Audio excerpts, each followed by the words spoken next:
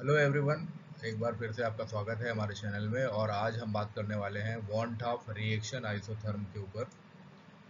तो want of reaction isotherm basically ये जो आइडिया है ये रिलेशनशिप बताता है इक्विलिब्रियम कांस्टेंट, किसी भी रिएक्शन के इक्विलिब्रियम कांस्टेंट और टेम्परेचर के बीच में। तो इसके लिए हम स्टैंडर्ड एंथैल्पी चेंज को देखते हैं किसी भी रिएक्शन की। तो मान लो एक रिएक्शन है, एक जो कि केमिकल इक्विलिब्रियम में है, जो इस तरह से सामने आपको दिखाई दे रही है। ये एक रिएक्शन है। अब इस रिएक्शन के लिए अब हमको आइसोथर्म निकालना है। तो आइसोथर्म जैसा कि उसका नाम है, इसका मतलब कि टेम्परेचर यहाँ पे इम्पोर्टेंट रोल प्ले करेगा। ठीक है। आइसोकोर अगर हम बात करते हैं तो वो वहाँ पे वॉल्यूम इम्पोर्टेंट रोल प्ले करता है, तो यहाँ टेम्परेचर इम्पोर्टेंट रोल प्ले करेगा। तो देखते हैं इस डेरिवेशन में आगे क्या होगा। देखिए, ये एक रिएक्शन है हमारे पास, इस रिएक्शन के थ्रू हम जाएंगे। अगर इस रिएक्शन के लिए हम गिब्स फ्री एनर्जी निकालते हैं तो वो हो जाती है del G is equals to C, क्योंकि अभी हम बात कर रहे हैं इस रिएक्शन के प्रोस्पेक्ट में। और इस रिएक्शन के प्रोस्पेक्ट में हम बात करेंगे तो सबसे पहले हमको प्रोडक्ट्स के बारे में बात करनी होगी, उसके बाद में रिएक्टेड की, जैसा कि हम डेल एन की वैल्यू निकालते थे। अब डेल एन की वैल्यू हम कैसे निकालते थे, इसको देखने के लिए आप हमारा केमिकल इक्विलिब्रियम का थर्ड पार्ट देखें तो उसमें आपको क्लियर हो जाएगा डेल एन की वैल्यू कैसे निकालेंगे। तो उस हिसाब से डेल जी इक्वल्स टू सी जी जी, ये कैपिटल सी है, और नीचे वाला जो सी है वो कैपिटल सी है। सामने जो सी है ये मोल, नंबर ऑफ मोल्स हैं जो स्मॉल सी से शो करते हैं हम रिएक्शन में, जैसा कि आप यहाँ पे प्रोडक्ट में देख रहे हैं। तो ये जो सी दिया हुआ है, ये सी बेसिकली ये वाला सी है, और ये जो सुपरस्क्रिप्ट में दिया हुआ है ये सी है, मतलब प्रोडक्ट का सी है। इसी तरह से D D minus A B B. तो इस तरह से हमने गिब्स फ्री एनर्जी निकाल दी। ठीक है, गिब्स फ्री एनर्जी बता दी, इसको हमने इक्वेशन एक दे दी। अब हम जानते हैं कि जो गिब्स फ्री एनर्जी होती है वो del G equals to del G not plus R T L N P होती है। क्योंकि हम प्रेशर के टर्म्स में देख रहे हैं इसलिए हमने लॉग पी लिया हुआ है। तब अगर हम अलग अलग रिएक्टेंट्स के थ्रू जाएं, जैसे ए बी, और प्रोडक्ट के थ्रू जाएं सी और डी, तो उनके लिए जी क्या होगा, इसको हम देखते हैं। तो इसमें आप देखें जी ए जो है वो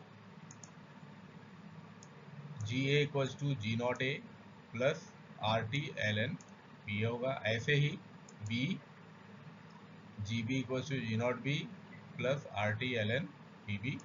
ऐसे ही C G C equals to G not C plus R T L N P C. यहाँ जी ए समझ में आ रहा है, फ्री एनर्जी है। जी नॉट ए क्या है, G not A standard Gibbs free energy है। ठीक है।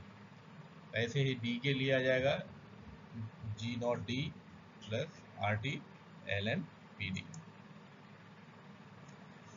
अब डेल जी वाली जो रिएक्शन थी, हमारा जो इक्वेशन था, उस इक्वेशन में ये सारी वैल्यू रख देते हैं। किसमें, सॉरी, इसको हटा देते हैं। इस इक्वेशन में हम सारी वैल्यूज पुट कर देते हैं। ये इस इक्वेशन वन में डेल जी की ये जो सारी वैल्यूज हमने निकाली, जी की वैल्यू, जी ए जी बी जी सी जी डी, इन सब की वैल्यू पुट कर देते हैं। तो जब वैल्यूज हम इक्वेशन में पुट करेंगे तो क्या आएगा हमारे पास रिजल्ट, देखिए। तब रिजल्ट कुछ इस तरह का आएगा, डेल जी इक्वल्स टू सी जी। अब ये सारी वैल्यूज आ गई यहाँ पे, ये सारी वैल्यूज यहाँ पुट कर दी हमने। तो इस तरह से एक इक्वेशन बन जाएगी। ठीक है, अब हम आगे चलते हैं। अब उस इक्वेशन को ध्यान से देखते हुए आगे काम करेंगे। तो हम अगर उसमें से सबके P C P D P A और पी बी कॉमन निकाल लें तो उसमें खाली बच जाएगा C G C D G D minus A G A plus B G not B plus R T L N, और ये सारा कुछ कॉमन निकाल दिया जो कि के पी के टर्म्स में हो सकता है। फिर इसको हमने दे दी इक्वेशन 2। अब इस इक्वेशन को यदि हम फर्दर सॉल्व करेंगे तो ये इक्वेशन इस तरह से हो जाएगी कि del G equal to del G not, यानी ये सारी वैल्यू जो है डेल जी नॉट के इक्वल हो जाएगी, plus rest of the things वैसा है का वैसा ही रहेगा। R T L N P C की power C into P D की power D divide by P A की power A into P B की पावर पी। इसको हम दे देते हैं इक्वेशन 3। अब इक्विलिब्रियम पर हम जानते हैं कि जब भी कोई रिएक्शन इक्विलिब्रियम में होगी तो डेल जी की वैल्यू होती है 0। तब इस सिचुएशन में जब डेल जी की वैल्यू 0 है तो रिएक्शन हमारी हो जाएगी del G not equals to minus R T L N K P. इसको हम के पी लिख सकते हैं पूरे को, तो हम इसको लिख सकते हैं del G equals to minus R T L N K P. ठीक है, तो अब इसके अकॉर्डिंग इस इक्वेशन को हम दे देते हैं इक्वेशन 4। अब इक्वेशन 3 और इक्वेशन 4 को हम आपस में ऐड कर देते हैं। इक्वेशन 3 को और इक्वेशन 4 को हम आपस में ऐड कर देते हैं तो हमारे पास रिजल्ट क्या आ जाएगा। ऐड कर देते हैं का मतलब डेल जी की जो वैल्यू हमने निकाली थी इक्वेशन 4 में, वो डेल जी की वैल्यू इक्वेशन 3 में हम रख देते हैं। तो हमारे पास वैल्यू क्या आ जाएगी, डेल डेल जी नॉट की वैल्यू, सॉरी, हमने जो निकाली थी जब हमने बताया था कि कौन सी वाली डेल जी नॉट की वैल्यू, ये वाली, जब हमने बताया था कि इक्विलिब्रियम में होगा तो डेल जी इक्वल्स टू 0 होगा, तब डेल जी नॉट की वैल्यू आ जाएगी del G not equals to minus R T L N K P. इसकी इक्वेशन 4 दिया था हमने। अब इस इक्वेशन 4 के थ्रू हमने डेल जी नॉट की वैल्यू निकाल ली। अब ये डेल जी नॉट की वैल्यू हम पुट करेंगे इक्वेशन 3 में।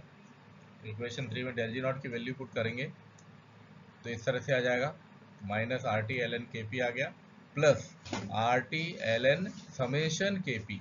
अब या तो इसको हम पूरा का पूरा ये भी लिख सकते हैं पी सी की power C into P D की power D divide by P A की power A into P B की पावर पी, ये लिख सकते हैं, या फिर हम इसको कम्प्लीटली समेशन के पी भी लिख सकते हैं। तो इस तरह से आप ये आइसोथर्म को बता सकते हैं। तो ये इसकी फाइनल रिएक्शन हो गई, फाइनल इक्वेशन हो गया जो कि वॉन्ट ऑफ आइसोथर्म को बताता है। Thank you very much for watching.